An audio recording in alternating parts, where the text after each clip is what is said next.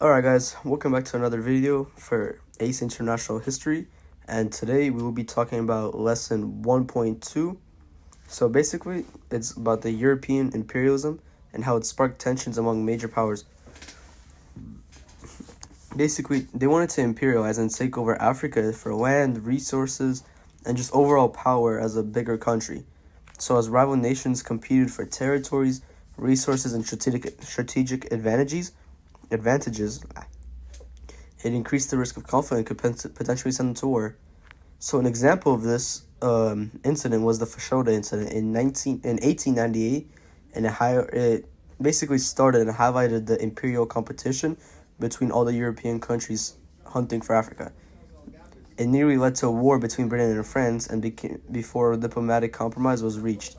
So they reached it before losing a lot of men due to war. Germany's push for overseas expansion under Kaiser Wilhelm led to heightened tensions, with naval militarization alarming Britain and fueling the arms race. Despite disputes and growing nationalism, major European powers avoided war from 1871 to 1914.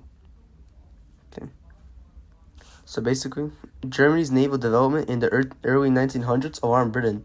They were getting scared because they're right next to them, and as the growing fleet was seen as a potential military threat, concentrated in the North Sea.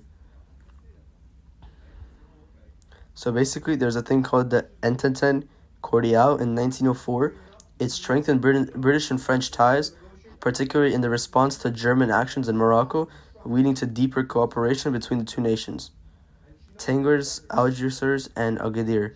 Kaiser William, the German politician, was aggressive in 1905. He aimed to challenge French control over Morocco, but instead, he reinforced the Anglo-French cooperation. There was many disputes with China, including the Boxer Rebellion. European powers alongside Japan and the US dominated China by establishing spheres of influence and controlling trade, often bypassing Chinese laws. The Boxer Rebellion spanned from 1898 to 1901, a total of 3 years. It was a nationalist uprising against foreign influence, but China was ultimately defeated and forced to pay heavy reparations to all the other countries. Okay, so there was also many tensions between Britain and Germany over South Africa. The Boers resisted British expansion. The Boers were kind of the people that colonized in that area and didn't want to give up their land, especially after gold discoveries in Transvaal, leading to conflicts like the Jameson Ride. So there was a big mine full of gold, and they didn't want to give up that land to any of the European countries trying to, get their land. So this ultimately led to the Boer Wars. The Boer Wars went from 1880 to 1902, 22 full years with the British. Britain struggled to defeat the Boers, revealing weaknesses in its military, despite eventually winning in the Second Boer Wars from 1899 to 1902.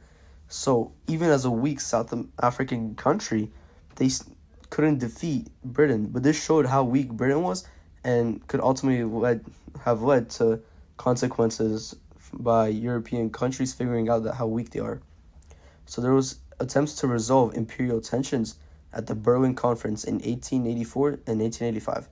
The conference regulated European imperialism in Africa, preventing direct wars by establishing rules for territorial claims. The European nations agreed to abolish slavery in Africa, using it as justification for their imperial ambushes. Okay, so then there was imperial rivalries in China. The Boxer Rebellion was an anti-foreign uprising in China, seeking to expel Western powers and reclaim national sovereignty. So they didn't want the Europeans to come in and just take their land. They were willing to fight back as their own people. European nations alongside Japan and the US crushed the rebellion, imposing heavy reparations on China and further diminishing the authority. There was also the Treaty of Shimonoseki and the Triple Intervention in 1895. Japan's victory in the First Sino-Japanese War led to the Treaty of Shimonoseki, granting to Japan full control of Port Arthur and other territories. Russia, with support from France and Germany, forced Japan to relinquish Port Arthur, escalating tensions and fueling Japanese resentment. This was some of the most important things in the very late 1800s. Guys, this is going to be the end of the video. 1.2 is a very interesting topic, and I'm going to have even more better talks in the next video, which will be 1.3. Have a good day.